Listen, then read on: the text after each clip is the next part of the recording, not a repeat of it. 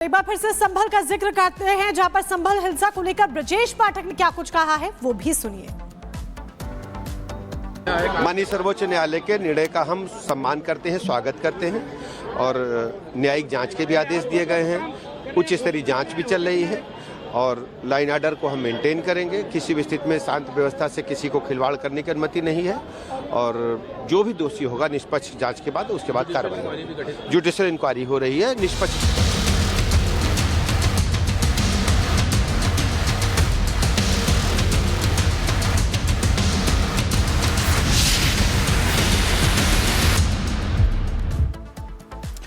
तो वहीं सबसे बड़ा सवाल महाराष्ट्र विधानसभा चुनाव के बाद ये कि आखिर कौन बनेगा मुख्यमंत्री। और अब ये तस्वीर लगभग साफ हो चुकी है कि बीजेपी का मुख्यमंत्री होगा, लेकिन आखिर क्या देवेंद्र फडणवीस वो चेहरा होंगे। इसके बीच बड़ी अपडेट आपको बताएं, जहां मुंबई में आज महायुति की बैठक नहीं होगी।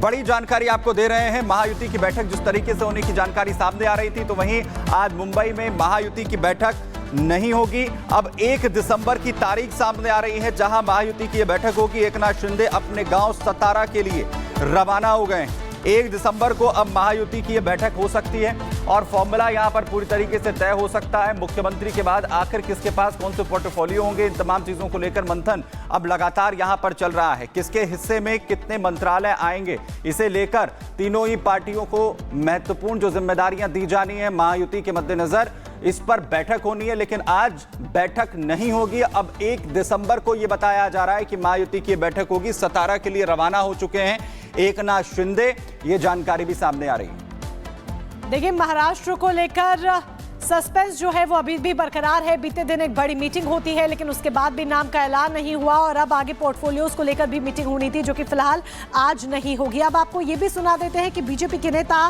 प्रवीण दारेकर क्या कुछ कह रहे हैं। महाराष्ट्र में सीएम का चेहरा कौन होगा, इसे लेकर के लगातार सियासत बढ़ती चली जा रही है। इसी पर बात करने के लिए हमारे साथ भाजपा के वरिष्ठ नेता प्रवीण दारेकर जी है। सर, सबसे पहले कल अहम बैठक हुई है। बैठक के बाद ये कयास लगाए जा रहे थे कि सीएम पर मुहर लग जाएगी। हालांकि प्रबल दावेदार की बात करें तो वो देवेंद्र फडणवीस को बताया जा रहा है। क्या कुछ अंतर चल रहा है, कब तक जो है औपचारिक रूप से इसका ऐलान हो जाएगा? कयास लग रहा है हमारे नेता देवेंद्र फडणवीस साहब दिल्ली में जाके हमारे शीर्षस्थ नेतृत्व अमित भाई शाह जी को मिले हैं। उनमें कुछ बातचीत इसी के बारे में ज़रूर हुई होगी और कयास जो लगाया जा रहा है वो कयास मैं भी आपके माध्यम से, चैनल के माध्यम से सुन रहा हूँ। लेकिन इसके बारे में जल्द ही हमारी पार्टी की विधायकों की बैठक होगी। केंद्र से जो आदेश आया होगा, आने वाला होगा, उसके तहत गठन नेता की अपॉइंटमेंट होगी और उसके बाद आगे का निर्णय हो सकता है। सर, बीजेपी की अभी तक बैठक नहीं हो पाई है, महायुति की भी बैठक नहीं हो पाई है। कहा जा रहा है कि बैठक बहुत ही जल्द हो पाएगी। कोई परफेक्ट डेट? अभी बैठक तो जल्द ही लेना ही पड़ेगा, क्योंकि दोनों पार्टी के गठ की बैठक हुई, उनका गठन नेता नियुक्त किया गया है, तो हमें भी बैठक लेनी ही पड़ेगी और जल्द ही 2-3 दिन में हमारी बैठक हो सकती है और उसमें पार्टी का गठन नेता वरिष्ठ लोगों के आदेश से तय होगा। अच्छा सर, शपथ ग्रहण समारोह कब हो सकता है? और ऐसा भी सुनने को आ रहा है कि कुछ शुभ मुहूर्त का इंतजार भी जो है वो पार्टी कर रही है। नहीं, ये देखो, पहला हमारा गठन नेता चुनने की आवश्यकता है, तो मुझे लगता है पार्टी पहला गठन नेता तय करेगी, उसके बाद में महायुति की बैठक होगी और उसके बाद में शपथ विधि का डेट तय, मुहूर्त, ये सब तय किया जाएगा, ऐसा मुझे लगता है। कब तक मान सकते हैं? नहीं, जल्दी होना चाहिए। ज़्यादा देर लगाने से भी कोई मतलब नहीं। हमारे पार्टी के नेताओं की देवेंद्र जी के साथ वरिष्ठ नेताओं की बैठक हुई है, तो उन्होंने भी कुछ दिशा निर्देश दिया होगा, तो जल्दी इसके ऊपर कार्रवाई होगी। सर, डिप्यूटी सीएम किस पार्टी से हो सकते हैं? नहीं, वो मेरे दायरे का सवाल नहीं है। नहीं, वो हमारे केंद्रीय नेतृत्व, पंतप्रधान है जेपी नड्डा जी है और हमारे बड़े नेता अमित भाई शाह है।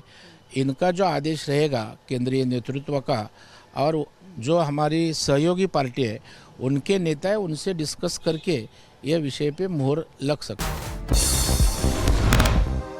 संभल की जामा मस्जिद में भारी सुरक्षा के बीच नमाज के लिए पहुंचे लोग। मस्जिद में अदा की गई जुमे की नमाज। संभल सर्वे को लेकर सुप्रीम कोर्ट में सुनवाई, तो कहा निचली अदालत ना करे कोई कार्रवाई, 8 जनवरी से पहले मामले में ना हो कोई सुनवाई। सुप्रीम कोर्ट ने मस्जिद कमेटी से जवाब दाखिल करने के लिए कहा, इलाके में बनाए रखे शांति और सद्भाव, जिला प्रशासन बनाए पीस कमेटी। चंदौसी कोर्ट में आज पेश नहीं होगी संभल मस्जिद के सर्वे की रिपोर्ट, अब 8 जनवरी को कोर्ट ने सौंपी जाएगी रिपोर्ट। मस्जिद में सर्वे को लेकर आज सुप्रीम कोर्ट में सुनवाई। संभल हिंसा पर एक बार फिर बोले सपा महासचिव रामगोपाल यादव, अधिकारियों को हटाने की मांग की, कहा जब तक अधिकारी नहीं हटेंगे सच सामने नहीं आएगा। मथुरा कृष्ण जन्मभूमि मामले पर टली सुनवाई, 9 दिसंबर को होगी अगली सुनवाई, सुप्रीम कोर्ट ने मामले की सुनवाई टाली।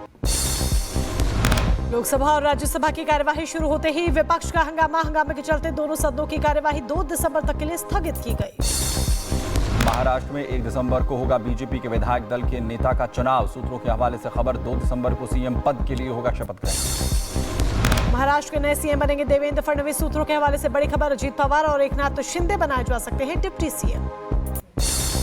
बाबा बागेश्वर की सनातन हिंदू एकता पदयात्रा का अंतिम दिन, ओरछा में होगा यात्रा का समापन। पदयात्रा के दौरान कई महंत राजूदास समेत हस्तियां शामिल। हिंदू एकता पदयात्रा को लेकर बोले धीरेन्द्र शास्त्री, कहा देश के लिए कष्ट सहना पड़े तो कोई बात नहीं, देश बचना चाहिए, हिंदू बचना चाहिए। ट्रैफिक केस में ईडी का एक्शन, शिल्पा शेट्टी के पति राज कुंद्रा का घर, दफ्तर समेत कई ठिकानों पर छापा, साथ ही राज कुंद्रा के कुछ साथियों के घरों पर भी छापे। जम्मू कश्मीर के कठुआ में पुलिस ने संदिग्ध ड्रोन बरामद किया, ड्रोन की हो रही जांच, ड्रोन के जरिए रेकी की आशंका। मेंढर में सुरक्षा बलों को मिली बड़ी सफलता, तलाशी अभियान के दौरान 2 आईईडी और विस्फोटक बरामद, ब्रिज के पास मिला आरडीएक्स। बांग्लादेश में हिंदुओं पर अत्याचार जारी, कट्टरपंथियों ने मंदिर जा रहे लड़के से मंगवाई माफी, बीच सड़क पर करवाई उठक बैठक। क्वालिटी लिमिटेड के निदेशक संजय ढींगरा और सहयोगियों के ठिकानों पर की छापेमारी, 1 करोड़ 30 लाख रुपए और कई सबूत बरामद किए। हरिद्वार की सड़कों पर हाथी का तांडव, जंगल से निकलकर बाजार में पहुंचा हाथी, मचा हड़कंप। मथुरा में रील बनाने के लिए अनोखा कारनामा, कार की छत पर इकट्ठा की मिट्टी, फिर तेज रफ्तार में दौड़ाई कार। जबलपुर में फेमस होने के लिए शरारती युवक ने आस्था से खिलवाड़ किया, काल भैरव की प्रतिमा पर सिगरेट रखकर वीडियो बनाई, वीडियो के जरिए प्रतिमा के सिगरेट पीने का किया जा रहा दावा। गुरुग्राम में बिहार एसटीएफ और गुरुग्राम क्राइम ब्रांच की कार्रवाई, एनकाउंटर में बिहार का गैंगस्टर ढेर, 30 से ज्यादा राउंड हुई फायर। बुलंदशहर में घर के सामने ट्रांसफर लगाने को लेकर विवाद हुआ, मना करने पर कर्मचारियों ने मारपीट की, लाठी डंडे से बोला हमला। अरब सागर में भारतीय और श्रीलंकाई नौसेना की कार्रवाई, 2 नावों से 500 किलोग्राम नशीला पदार्थ बरामद। भारतीय तटरक्षक बल ने किया सारेक्स 11 अभ्यास का आगाज, रक्षा सचिव ने शुभारंभ किया। गाजा में युद्ध की वजह से बुरे हालात, खाने की दिक्कत से जूझ रहे हैं लोग, पलायन के लिए हुए मजबूर। युद्ध विराम के बाद पूर्वी लेबनान की तरफ लौटे लोग जमींदोज घरों में ढूंढ रहे अपनों के निशान, वापस पहुंचकर हुए भावुक।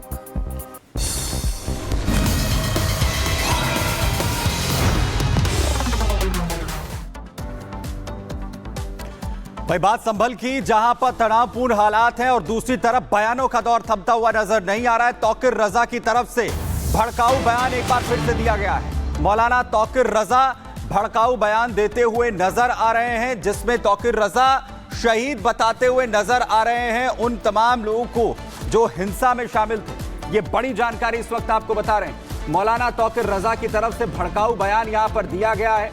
मारे गए उपद्रवियों को शहीद से तुलना वो करते हुए दिखते हैं, जो मरे वो शहीद परिजन से मिलेंगे तौकीर रजा, ये भी दावा या वो करते हैं। दोबारा सर्वे की जरूरत नहीं, मौलाना तौकीर रजा कह रहे हैं।